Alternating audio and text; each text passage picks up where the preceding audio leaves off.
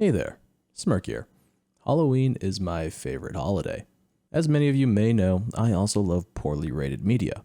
It's almost as if the stars aligned for me to be able to review this game, so let's talk about one of the most controversially rated games to come out this year. Today's game is called Stray Souls, and it's the first and only release from developer Jukai Studio, while being published by Versus Evil. It was released on October 25th of 2023 at the regular price of $30 and is going through a bit of a rough patch with its ratings right now. As of the time of this recording, the game has 114 total reviews, with roughly 29 of them being positive and the remaining 85 being negative, leaving this game with a 25% recommendation rating, currently scoring it as a mostly negative title. I found this game through a spree of wishlisting I did in April of 2022. The game seemed promising, so it was pretty surprising to see this game come out to the critical acclaim that it did. In this explorative, combative horror game, you play as Daniel, an adult who has only just recently turned 18 and has inherited his late grandmother's house in the fictional town of River Lake, Michigan. In a typical American young adult fashion, Daniel has trashed this house in a matter of weeks, as just prior to his arrival, a cleaning crew had come through and gave the home a good dusting, leaving much of Grandma's furniture intact. Thanks, Grandma. I always wanted a slanted, broken bookshelf.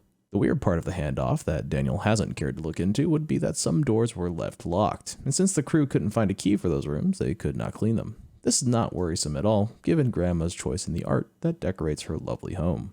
Not too far into his newest residency, Jesus! Oh.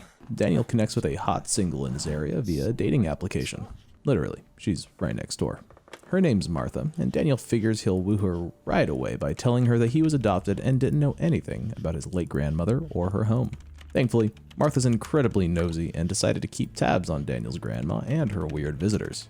After some goading by Martha, Daniel feels encouraged to explore the house to try and find out the mystery behind the locked doors by rummaging through Grandma's boxes that were relocated to the attic by the cleaning crew. Shortly thereafter comes some suspicious interactions. You're alive, right? What happened? Oh. And she's just staring at me. Oh, that was her? I guess. No, I like saw it. I just didn't think it. What? What? Why did I look at the ceiling? Some mildly frightening encounters. What did he even pick up? What is he appalled at? Why is he on the floor? She didn't even come out and she's leaning again! And we're off on the adventure to uncover some deeply rooted family history. This game features about 6 chapters in 6 very different environments, and it took me a little over 6 hours to complete in total after going through all the adversity this game gave me. While the first chapter is all about the atmosphere as combat isn't unlocked yet, you do gain a handgun in the following chapter that you'll retain for the rest of the game. You're joking, right? I've never even held a gun before. You always feel handy. Each chapter features unique puzzles, potential scares, and battles with both malformed horrors and larger, more challenging foes. Throughout the chapters, you'll learn a bit more about Daniel, his family, Martha, Like, it's not the vibe. Stop!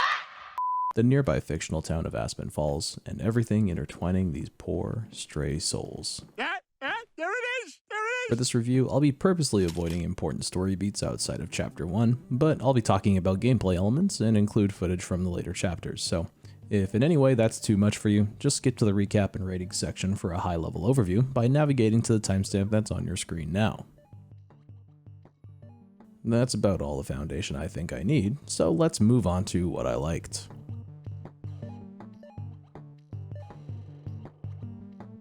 After playing through the game, the graphics are definitely this game's best asset. However, it's not without its flaws, like for example, Daniel's hand clipping through his computer desk and not even touching the mouse. The enemy designs do carry some genuine horror, and out of all of them, my personal favorite is the football fan. You know, the one that can only kick you as a form of lethal damage. Though they all just explode when they die, which seems a little lazy. The environments and level design do look great and really do add to the intimidating, horrific, and dreadful atmosphere, aside from these trash bags that have no rear coverage. I also couldn't help but laugh where in the cemetery chapter I found a children's playground that's surrounded by barbed wire, because I guess in Aspen Falls there might be a person out there who would probably want to spend time in a cemetery while having to watch over a dangerous child who also might be a flight risk. In a lesser aspect, I think most of the sounds are appropriate and fitting. The horrors you encounter make some pretty disgusting noises, and the environment does do its part in trying to make you wary of carrying on. That didn't really affect my playthrough, but I can applaud their effort. I also think the voice acting for Daniel and Martha are pretty good, as you can hear a lot of emotion in their performances. Well, there it is. I guess you've got your answer. Who the fuck are you and what are you doing here? Daniel, are you okay? I heard gunfire. I'm alive. If that's what you mean by okay. I just got attacked by a weird finger-faced dog monster. I do have some reservations about another prominent speaking story character, who will be unnamed for spoiler's sake, as I feel like the voice doesn't fit them as well given the environment they appear in and their history. I would hope for a more tired, beaten, and exhausted type of performance, but instead I get the most neutral, patient kind of speech. I also can't say the music was that significant. I remember thinking the electric guitar that appeared in the first chapter felt pretty heavy-handed and seemed too big, and I can't think of any song other than the credits one that stood out. Then lastly, and this could be construed more as a negative gain given the game's intent, but I thought this game was pretty funny, almost in a campy way. No. There's no way this is real. This is the day she died. There's a lot that seems to go wrong in this game's performance that ends up inadvertently causing laughter. Okay. Characters make facial expressions excessively.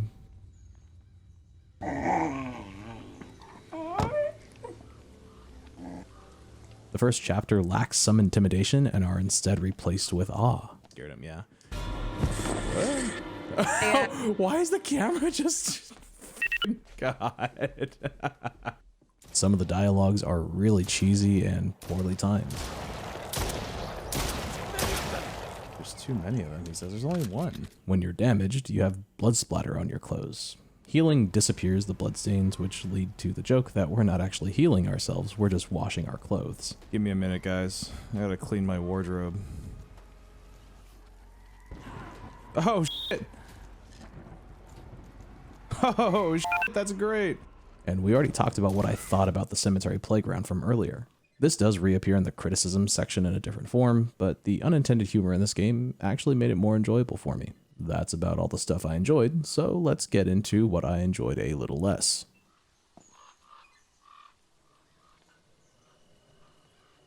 To start with the lesser evils, the storytelling in this game has some rough patches. The least of the offenders are the notes strewn about the game. There's a good couple dozen of them that paint a holistic picture of the history of the town, the characters, and the situation we're in. I'd even say some of them are quintessential because the story makes a lot less sense without them, but at times they're so punishing to read because they're really conflated with a bunch of unnecessary fluff. What could prop this decision up is if the developers made it so that the pages could be stored and read at a later time, because sometimes you come across them mid-fight and don't think to return to see them. Also, spreading them out would do favors to the audience. In Chapter 4, for example, you run into like 7 really long pages, and they hinder progression and can bore your audience. Taking several breaks to read long pages that aren't at times fully relevant to the moment can really break immersion, which is really important for a horror game. The greatest of the storytelling offenses is found when dialogue or character behavior just doesn't match up with the scenario. For example, in Chapter 1, Daniel sees visions of his grandmother as she terrorizes him in her house, but doesn't mention it to Martha at all. At another point, Martha has decided to separate herself from Daniel solely to set off fireworks for him, an act that could be considered reckless due to Daniel already having told her that he's being attacked by monsters. In another chapter, there's a boss that you fight and hopefully defeat, and Daniel randomly says,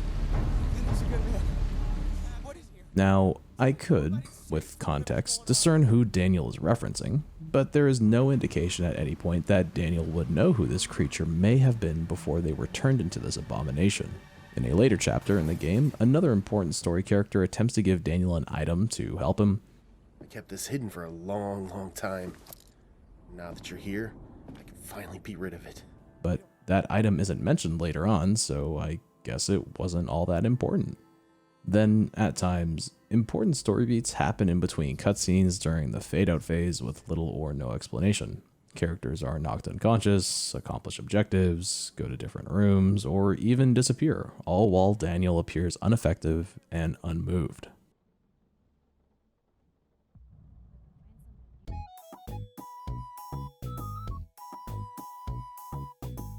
Make sure he's okay. Oh, well, I guess you just stood still for those 5 minutes then. Right to jail. And of course, because at times you'll have to walk around with Martha, she will get stuck on a part of the level. Oh my god, it's in perfect shape! Fuck is Martha? She's just fucking missing.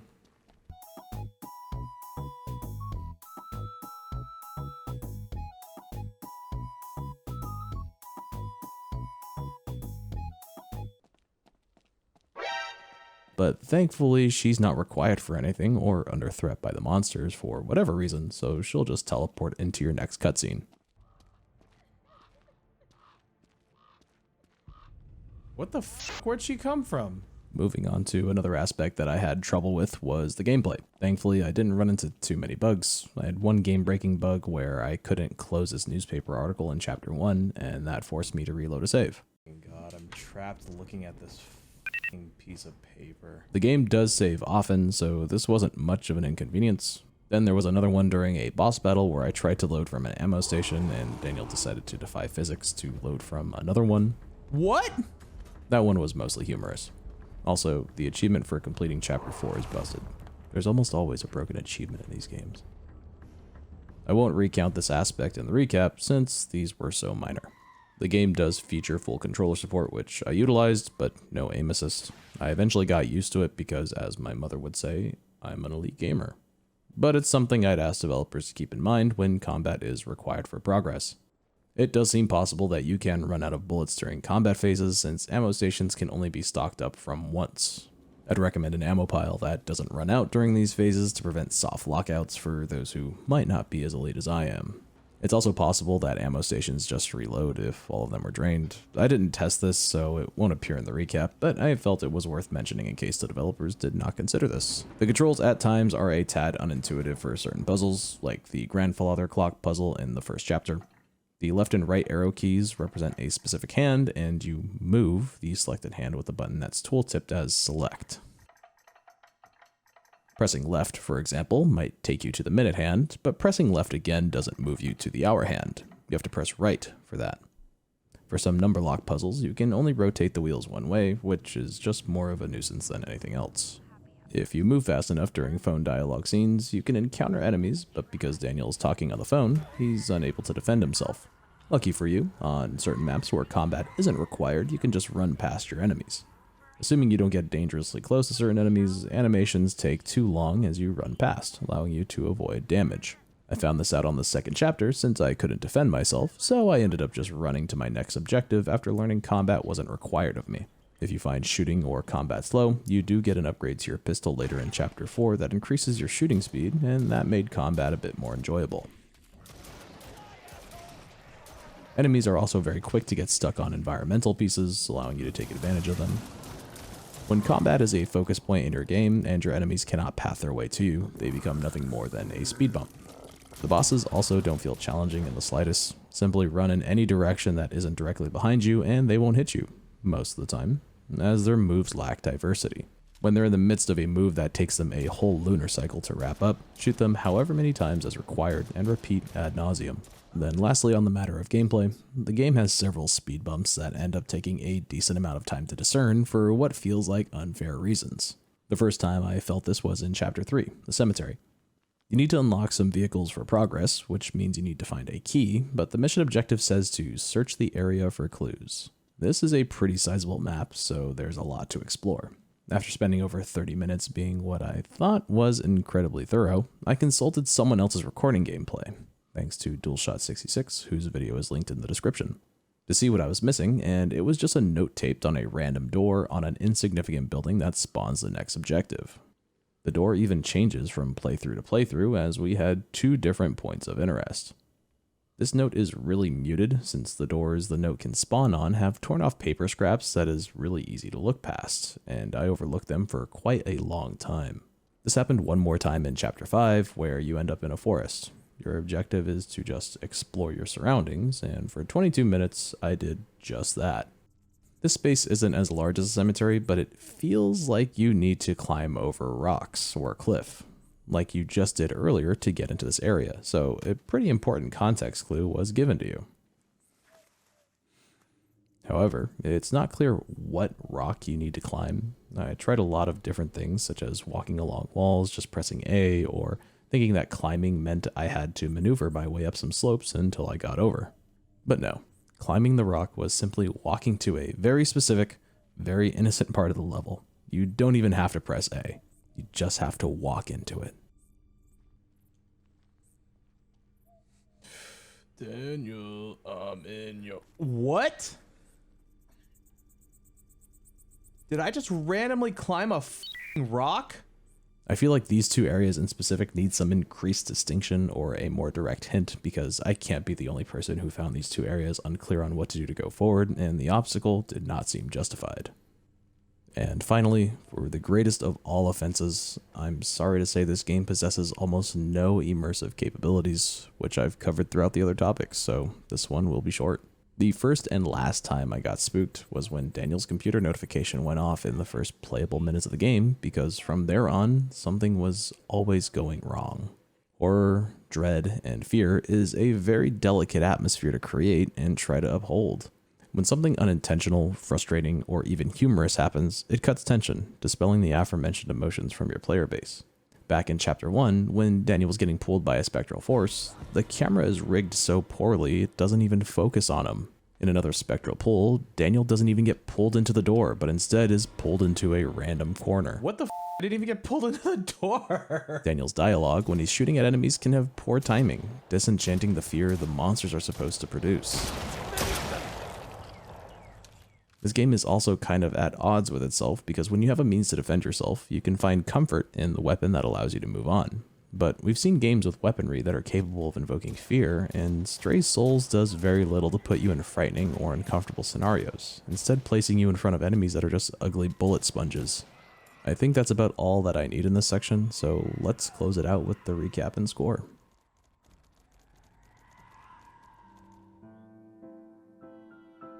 To highlight the things I liked, the thing that I liked most was the overall visual design, from the characters and monsters to the environment.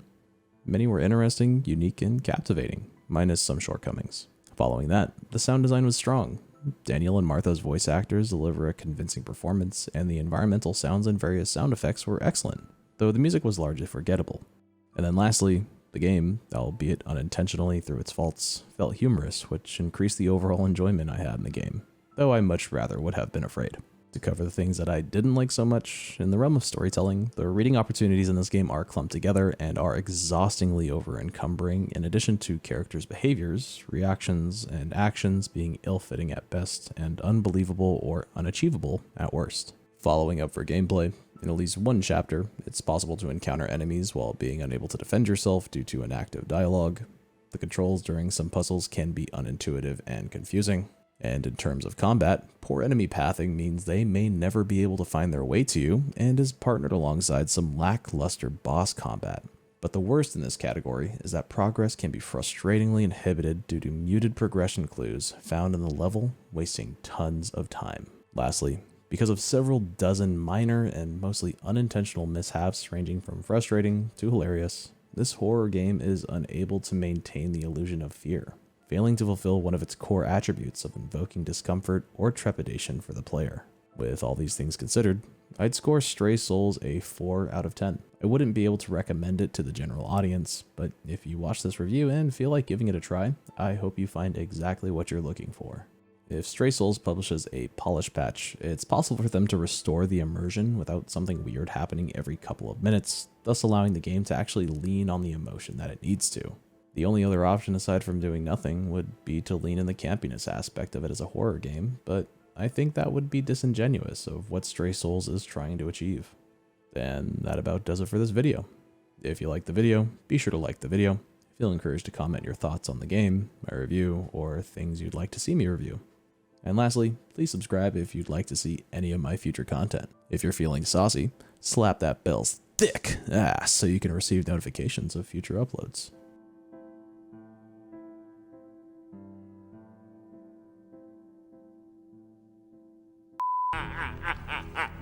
You have no power here. Gandalf.